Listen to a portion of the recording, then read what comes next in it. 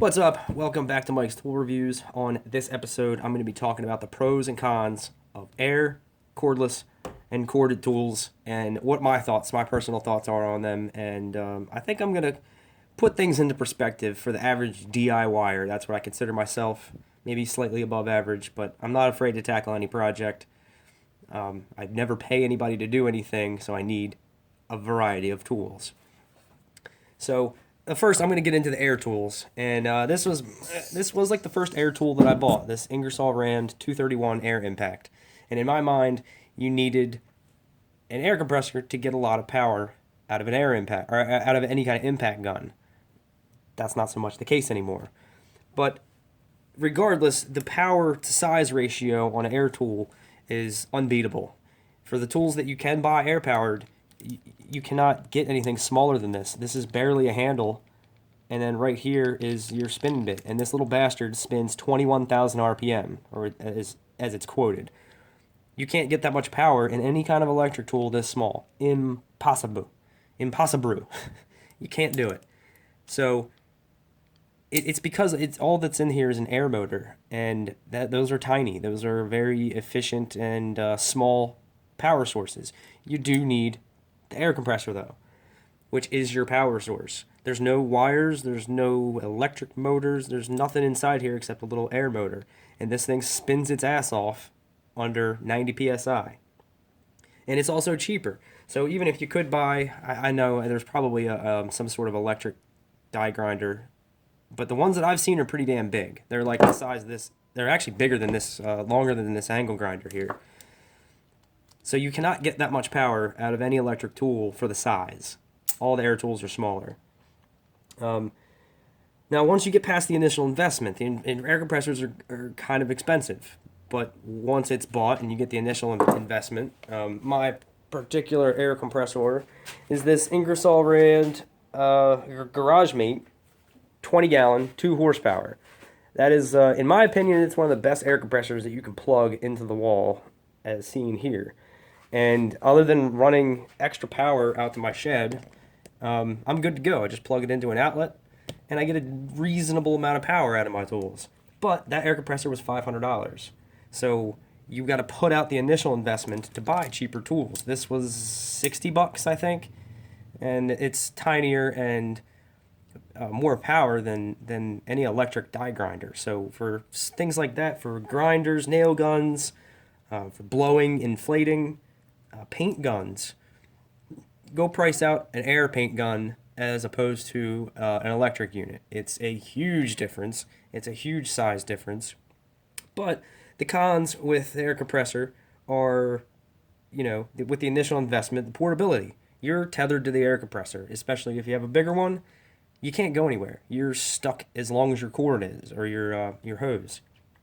And not all tools have an air counterpart. This little grinder, this cutoff wheel, air impacts, saws, air hammers. There's a ton of tools that you can buy for an air compressor, but just not all of them. You can't buy a air-powered circular saw. That doesn't make sense.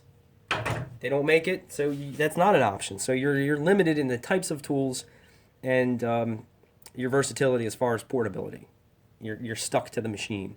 Now, my air compressor is portable, but it's portable. It weighs 200 pounds, though. And dragging that out to the driveway got really old. So that's why I bought this beast. This is the M18 High Torque Impact. I did a review on this, and this thing is bad ass. It is quoted at 1,100 foot-pounds to where the air tool, which this was like $100, this was $450 with batteries and charger. But $100 got me 450 foot-pounds. That's pretty damn good. Actually, if you've been watching AVE's series on his Earthquake XT, the Harbor Freight impact gun, you'll realize that, again, he proves that there's marketing bullshit everywhere. So I'm telling you, these ratings, these are manufacturer ratings, and they are to be taken with a grain of salt. But say this is rated at 450, this is rated at 750, and this is rated at 220. I can honestly say this is the most powerful, this is in the middle, and this is the least powerful. I'd almost rather them just be like, yeah, this one has a boatload of power. This one's got a This one's got a slightly less than a boatload, and this one has a shitload. I would much rather them just say things like that than try to put numbers on it that, in the real world, turn out to not mean anything. The best example of that is the 6 horsepower Shop Vac. I'm an electrician, and I'm here to tell you that it's physically impossible to get 6 horsepower out of a regular household receptacle. It defies the laws of physics. There is a finite amount of power you can get out of a motor, and if you could get 6 horsepower out of that Shop Vac, you could then make a device to harness that 6 horsepower and actually create electricity from nothing with that vacuum. That is how bonkers that number is. They're claiming it's a perpetual motion machine. It must have 300% efficiency, which means you could generate free power with it. It's impossible. That's as ludicrous as those numbers are. So same thing with torque specs, horsepower specs, RPMs. It's all to be taken with a grain of salt. But I'm going to use these numbers tentatively. With the extra power, you do have a battery, and the batteries are more expensive. This is a bigger tool than this one. This one 9 times out of 10 gets the job done. But for those really, really tough bolts, I need the big guy. And then for smaller spaces with slightly less lower torque applications, this one's perfect. These are a good pair. Am I going to sell my air compressor because I have these two that do the job of this one? Hell no. The air compressor serves many purposes. It is not it's not dying. Air compressors aren't dying, but they are getting less of they are becoming less of a necessity because of these electric tools. These battery powered tools are getting so powerful now with the brushless motors and the lithium ion batteries that getting more power out of anything electric was impossible like 10-15 years ago. And now it's really hard for you to get as much power out of an air tool. But again, the initial investment with these cordless tools is the batteries. If you stick with one system, you're good to go. You get 4 or 5 batteries, then you can start buying bare tools. So the initial investment of the cordless tools isn't really that high, but these tools have a finite life, just like everything. Like that air compressor over there, it's not going to last forever. It is repairable, but these batteries do eventually die. They can only take so many charges. They, just like everything in life, like you and me, we're all going to die, and so will these lithium-ion batteries. I didn't mean to get morbid there, but I mean, it's true. Nothing lasts forever.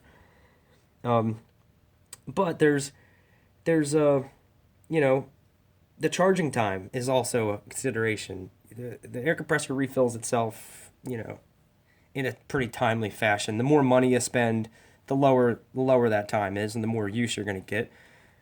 But these batteries do die, and you do have to charge them. In most of the cases, in almost all my cordless tools, in the way that I use them, I cannot kill this battery faster than one can charge. So as long as you got 2 batteries, and you always got one charging, that's going to be charged up before you kill one. So you could just swap them out, and that's not that big of a deal. Let's see here. What else? Yeah, they have just lots of power now. Lithium ion and brushless is just.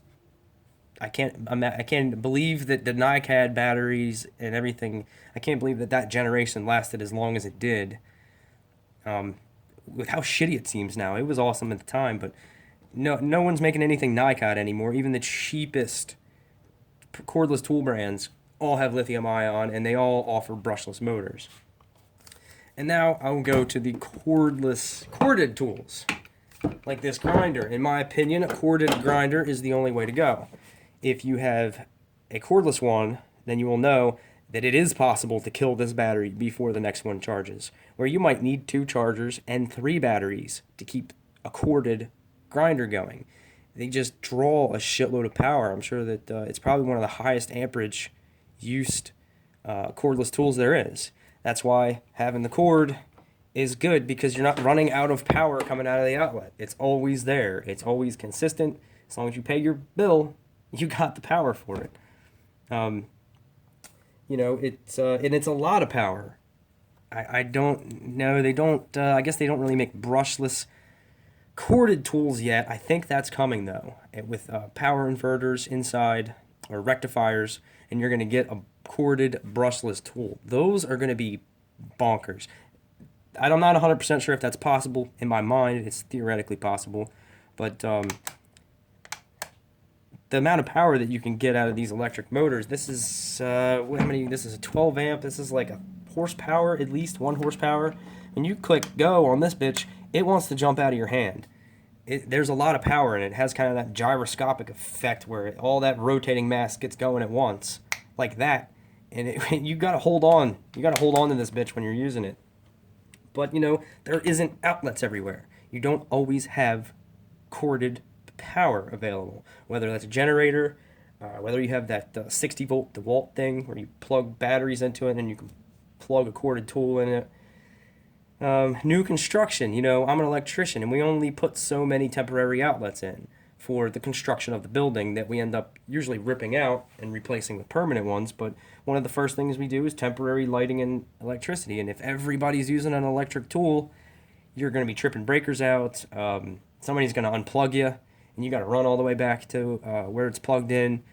Say you're on a roof and your generator dies and you're running a corded circular saw. You got to get all the way back down off the roof to figure out what happened to your power. Where the cordless stuff is, you do need power to charge it, but you don't have to worry about somebody unplugging you and having to go figure out what the fuck just happened. Why did your tool just stop? One time I was drilling a house out and I'm drilling all the walls for the wire to go through, and all of a sudden the drill dies. I'm like, shit, I thought I just filled it up with gas. I look outside and there's 2 dudes loading the generator in the trunk of a Cadillac, and then they took off. Not saying that's really a con, but then my day was over. Somebody stole the generator. That's not a legitimate con, but it was something that happened to me one time. And then you just have what are your power requirements? Air is always going to give you a lot of power, unless you have a little tiny bullshit air compressor. If you have a decent DIY garage air compressor, 15, 20, maybe a 60 gallon, you're going to have more than enough power for all your air tools.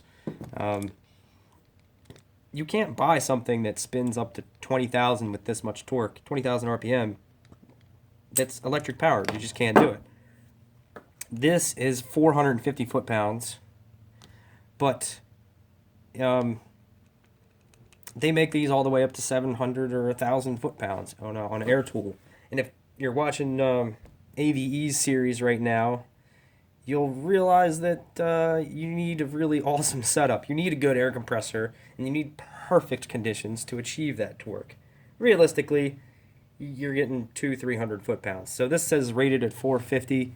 I don't know. Maybe this one's only putting out 200. I don't know. It's a lot though. I've broken shit with this one. I'm trying to loosen things up. I've broken nuts, and that takes at least 200-300 foot-pounds of torque on some of the things I've broken. And at the end of the day, that's the question you got to ask yourself. Where am I going to be doing the work? How much do I want to spend? Do I already have an air compressor? Do I already have a cordless battery line and I have the batteries? Like, if you don't have an air compressor, you're okay. If you just want an air compressor for an impact gun, don't go buy an air compressor. Go buy one of the electric ones, the cordless ones that are brushless. Incredible amount of power out of this thing. You just gotta ask yourself a few questions of what's right for you. Like these, I'm seeing more and more framers, wood framers, building houses and stuff with cordless saws.